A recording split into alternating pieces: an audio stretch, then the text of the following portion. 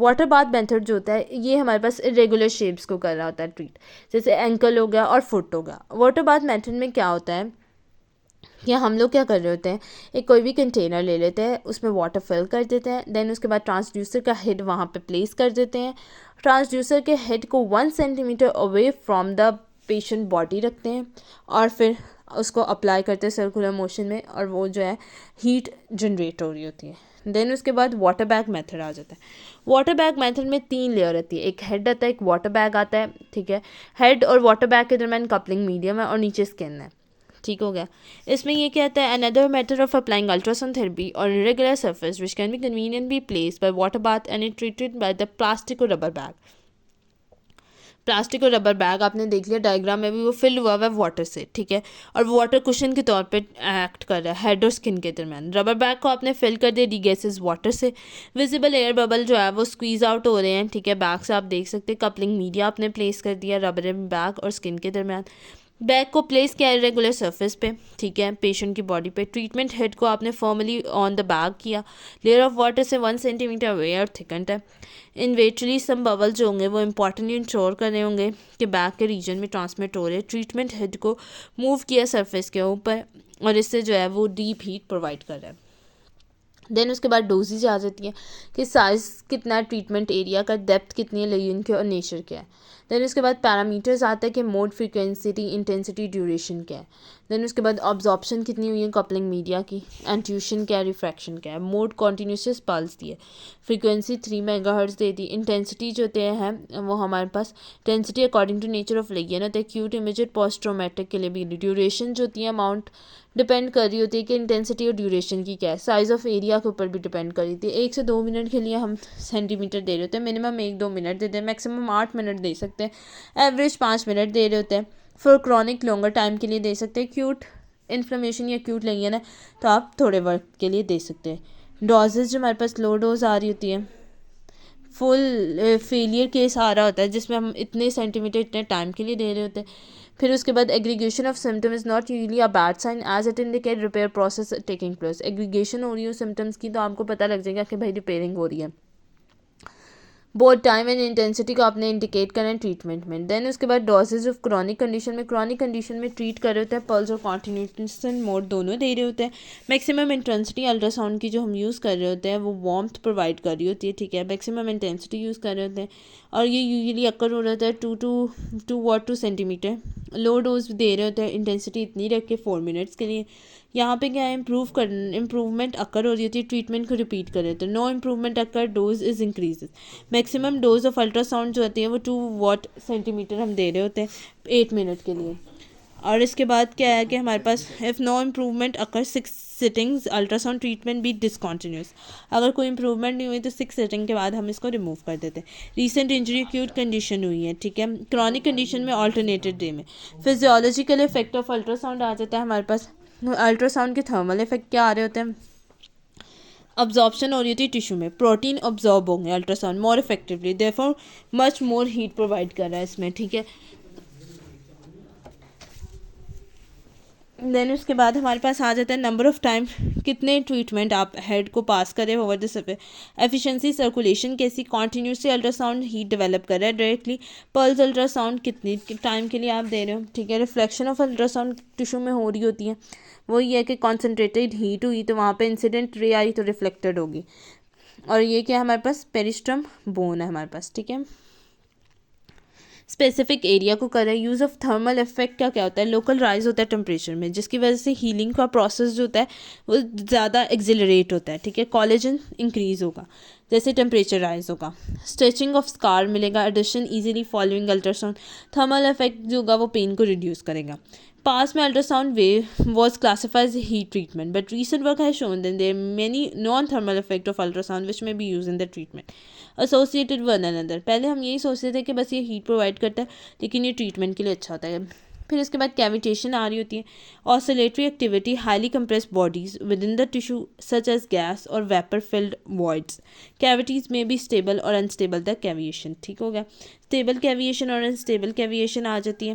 Then इसके बाद micro हमारे पास इफेक्ट आ जाता है माइक्रो मसाज का। ये देख लें आपके यहाँ आकर हो रहे होते हैं हमारे पास वेयर लॉन्गिट्यूडनल कंप्रेशन वेव्स आ रहा होता है अल्ट्रासोनिक बीम में, कंप्रेशन राफ्रैक्शन हो रही थी, मूवमेंट ऑफ फ्लूइड आ रहा था इंटरस्टेशियल स्पेसेस में, रिड्यूस कर रहे थे एडीमा को, थर्मल इफेक्ट हो रहे थे, एक्सटेंसिबिलिटी ऑफ स्कार्स होते हैं, एडिशन वगैरह को जो हुई हुई है उसको कम कर रहा होता है, biological effect inflammation proliferation remoulding.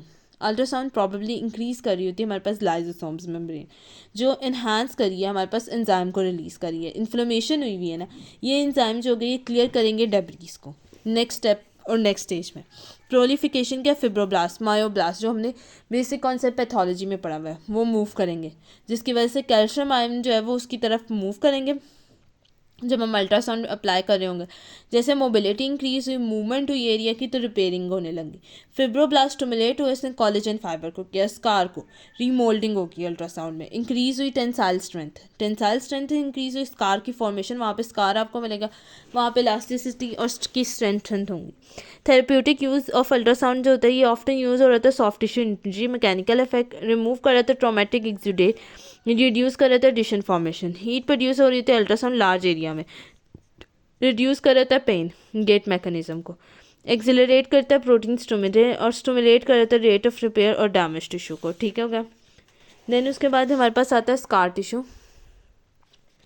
Scar tissue जो होता है ये मोस्टली यूज़ हो रहा है, कैपेबल होता है बेंड और ट्विस्ट हो जाए। Application of ultrasound scar tissue पे कर रहे होते हैं, मोर इफेक्टिव होते हैं, वो स्टिच कर रहा होता है इसको, ठीक है, कॉन्ट्रैक्ट कर रहा होता है स्कार को।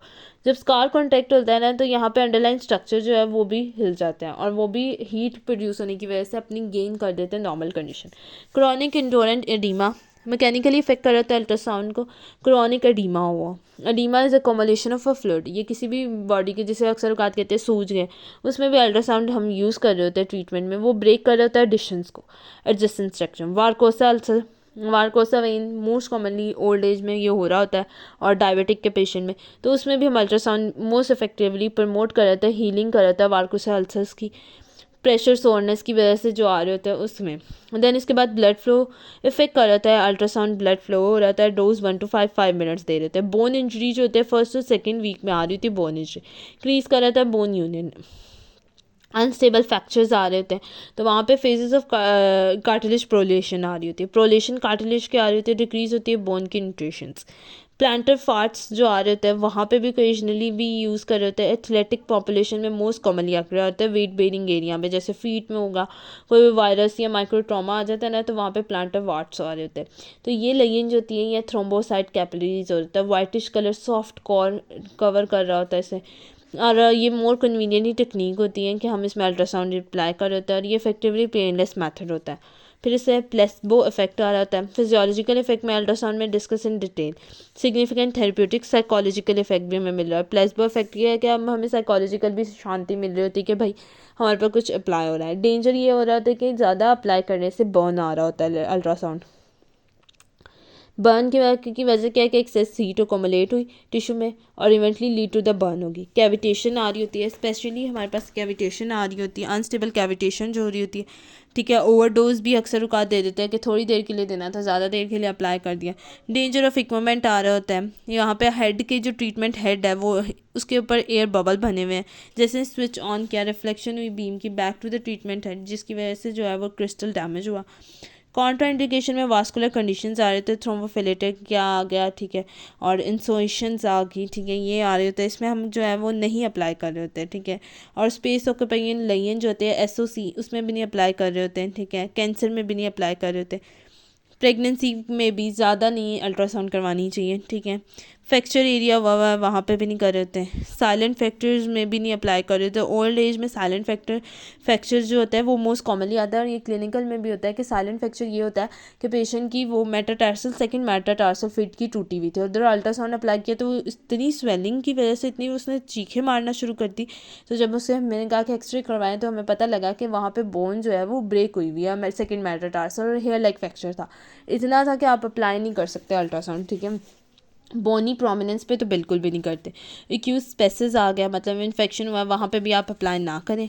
देन उसके बाद रेडियोथेरेपी में भी नहीं करते। प्रेगनेंसी में भी अ प्रेग्नेंट यूरेटस is not treated as insertion में cause damage to the fetus. वो ये है कि बार बार आप अल्ट्रासाउंड करवा रहे हो तो वो फीटस की डैमेजिंग इफेक्ट आएगा, रेज ही आएंगे। During pregnancy the back and abdomen should not be treated, तो अवॉइड कर रहे होते हैं कि ज़्यादातर ना देखें। लेकिन अगर हमने पहले पेज पे पढ़ा कि फीटस की इमेजिंग के लिए हम अल्ट्रासाउंड यूज़ कर रहे होते हैं। कार्डिक डिजीज़ में भी पेशेंट को हम मोस्टली कह रहे हैं कि लो इंटेंसिटी को हम अवॉइड कर रहे होते हैं। पेन को, सर्वाइकल गैंग्लियन, वेगस वेन, ये सारे कार्डिक स्टिमुलेशन को ना रिस्क का बायस बने। पेशेंट को कार्डिक पेस मेकर है उसमें तो अल्ट्रासाउंड मोस्टली नहीं अप्लाई कर रहे होते हैं। और अल्ट्रासाउंड एरिया ऑफ चेस्ट पे तो बिल्कुल भी नहीं लेके आ रहे होते हैं, क्योंकि जो होता है यहाँ पे उन्होंने लास्ट लाइन भी लिखी है, अल्ट्रासाउंड जनरेट में have effect on the pacemaker rate of stimulation. ऐसे नोड को डिस्टर्ब करेगा। पहले ऐसे नोड नहीं काम करता तो पेस मेकर लगाया हुआ है, तो आप अब उसमें भी अल्ट्रासाउंड अप्लाई करें। Ultrasound is just a wave, we are already discuss. वो कपलिंग मटेरियल लगा तो जैसे वो वेव पास करेगी तो उसके रिदम को ख़राब करेगी, तो उसमें हम अप्लाई नहीं करते। हेमरेज का पेशेंट है, ब्लीडिंग बहुत ज़्यादा हुई है, उसमें भी हम अप्लाई नहीं करते।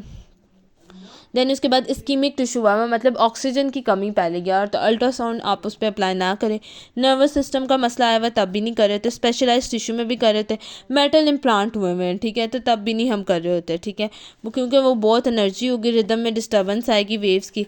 एनेस्थीसिक एरिया में भी नहीं हम करें, जहाँ पे एनेस्थीसिया दिया हुआ है और आप अल्ट्रासाउंड उधर जाके कर दे तो वो भी नहीं करें। फोनोफेरेसिस यही होता है कि वहाँ पे क्या होता है, क्या जो है वो मेडिसिन जो होती है वो बॉडी में एक्टिवेट कर रहे होते हैं। ये हमारे पास अल्ट्रासाउंड की हमने सारी पढ़ ली। नेक्स्ट टॉपिक हमारे पास स्टार्ट होता है phonophoresis. Thank you so much.